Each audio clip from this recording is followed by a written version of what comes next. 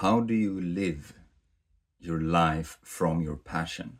And maybe how do you find your passion in life? I can only relate to life from my own life experience, and it's not something that I have studied and I have a degree in. So take everything I say with a pinch of salt, as we say here in Sweden. And what I can share from my own life experience is that my passion was always there in everything that I did in my life. It was there. But what I didn't realize until very recently was the very essence of my passion. And I would say that it is still evolving. Now, the difference now from before is that I'm living with my passion daily. My thoughts are, how can I share more of my passion with more people every day? And I think in the past, I was more concerned with other things.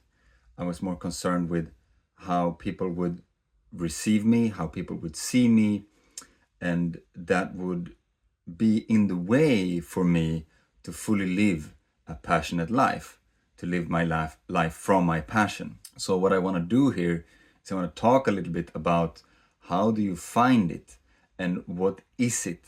What is your passion? Now, if I would describe passion as an element, I would say it's fire. And this fire is something that I perceive living in my body. And when it comes to the body, I can choose to listen to my body and I can choose to not listen to my body, to override my body, for example, with my mind. So I would say that we have three brains. We have the upper brain, the middle brain, and the lower brain. And all of these work together when you are at your best.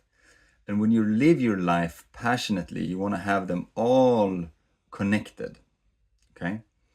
So tuning into your heart, for example, what does your heart really love? Where does your heart feel big? Where does it grow? Where can you live a life where your heart is fully with you at all times? And then it comes to the body and the lower brain. And here we can access so much energy, and that could be a totally different video of talking about sexual energy and how we can use our sexual energy in our lives, not only from a in a bedroom kind of setting where we're having sex. We can use this sexual energy all the time. I can even in this video allow my energy to be part of my speech, for example. And then of course we have the brain, the smart brain, our beautiful mind. Yeah, I'm not saying that the brain is the mind, but this is how I perceive things. It could be different for you. Yeah, so with our mind we can make all kinds of ideas, and here is where I got stuck before, because I was creating ideas about myself from what other people said, from how I perceived things. And coming back into the heart, here is where I found more of myself. This was more grounded in me, because my mind was so good at taking in information that I got confused of who I am, because I was taking in so much energy, so much information. So you can always check in with your heart, and this is not as easy if you have never done anything like this before. Of course, you're always connected with your heart, but your heart is also a focus point, a point of awareness where you can experience life from. Just as you can take in information in your mind, you can take in information in your heart. So the invitation is to allow yourself to experience life from your heart. So for example, when you breathe into your heart, feel how it feels. Allow yourself to gently sigh and express that feeling. This, if you do it plenty of times throughout your day, you will start to get in touch with this area. if you choose to welcome more of your heart's perception of things, you will naturally learn more of what is your real passion, because your heart loves it.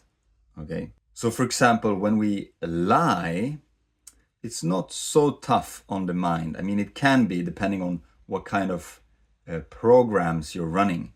For example, if you have been taught that lying is bad and will get you to hell, then you might punish yourself in your mind for that. But your heart will kind of like, "Ugh." As soon as you tell a lie, it will kind of like go like that. So it also means that whenever you tell the truth, your heart will shine. So what I've been working with for the last 4 years or so is to allow my voice to be directly connected to my heart, so that when I speak, I am speaking this what I'm feeling here, and this, if I'm lying or telling the truth, this knot or unknotting and opening has become a way for me to find my way through life, to find my passion as well, to speak what I'm passionate about, and to feel into what is true for me. This practice is something that you can do on your own, just breathing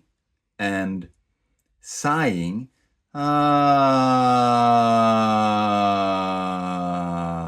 This is what I call a prolonged sigh. Is something you can do to reconnect to this part in you that is vibrant. It is here for us to explore. Yeah. So living a life passionately is living with your heart.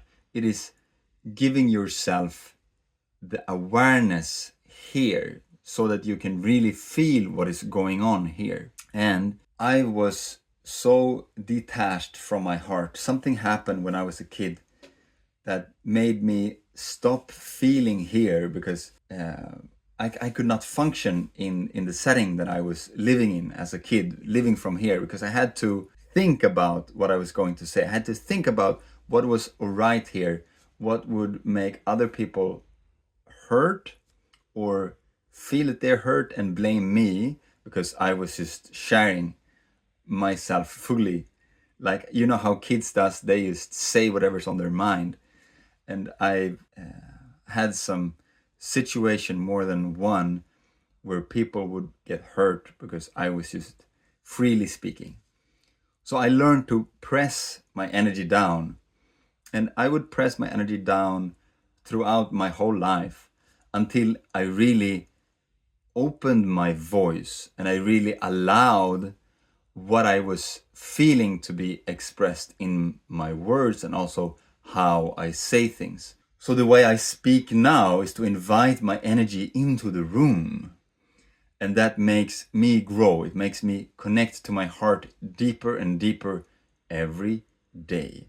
So it's a practice, and we take one step at a time.